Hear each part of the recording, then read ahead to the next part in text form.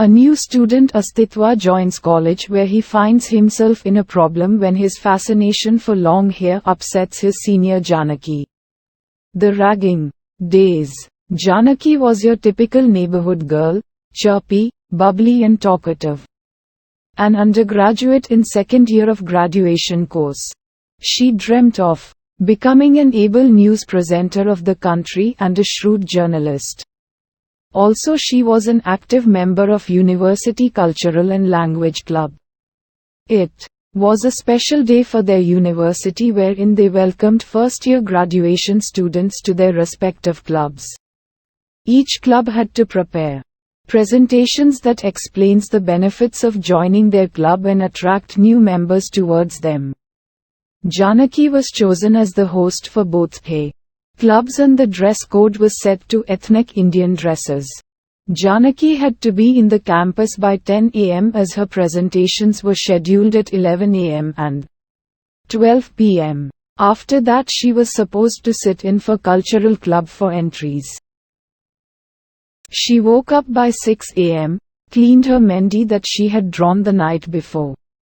Then she applied the face pack and sat in her balcony going through the presentations. She had prepped her hair the day before by applying natural face pack, her grandma's recipe, which she washed later in the day and applied coconut oil before going to sleep in a braid. As the face pack dried, she neatly placed the half sari she planned on wearing along with all accessories on the bed and left for having bath. After done she came back and proceeded with her minimal makeup as she liked herself naturally. Then she wore her yellow half sari with blue pallu. She placed 8 gold-plated ready-made bangles on her left hand and her right hand adorned a gold-plated bracelet which had an white beaded chain attached to the ring. Her ears adorned beautiful golden jhumkis, a small red bindi to go with maroon lipstick. Her slender neck had a simple gold chain. The anklet she worn had several bells that goes jhoom jhoom as she walked.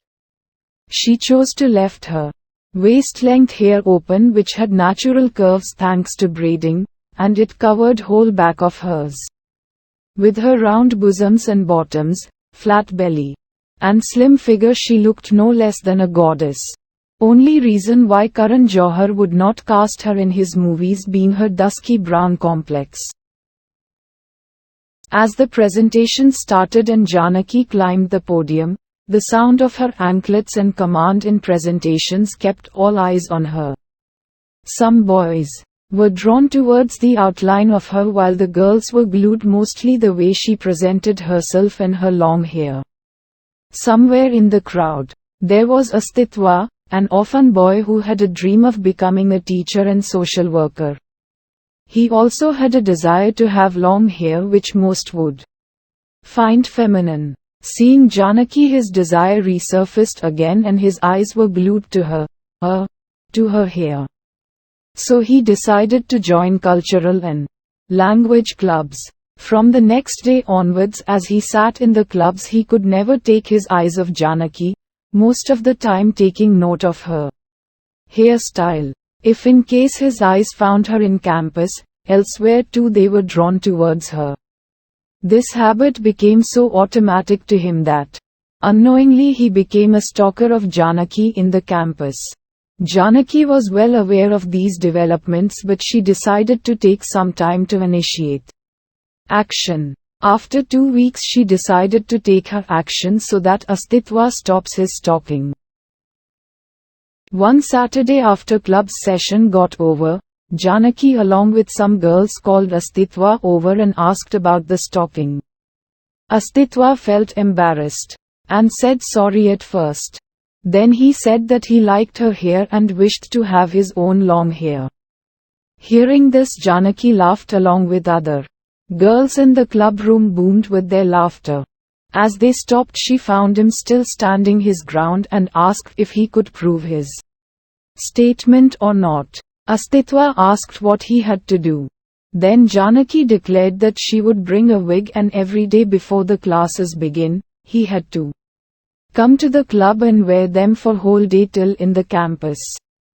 Nowhere during the day he must be found without the wig, and if found, he will be thrown out of the college. This must continue for a month. Astitwa nodded his head on approval of the challenge.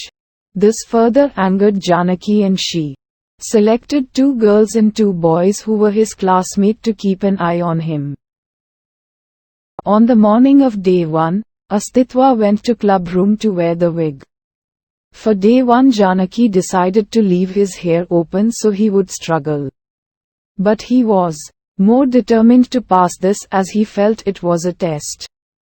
Every day his hair will be styled differently, like braids, twin braids, bun, half braids, etc. After a week, Janaki got furious as Astitwa could do all those things effortlessly. Thus she notched up the punishment. After week 1, she added even dressers. Now every day from week 2, he had to come and wear a dress along with hair wig. Astitwa took it as a challenge again.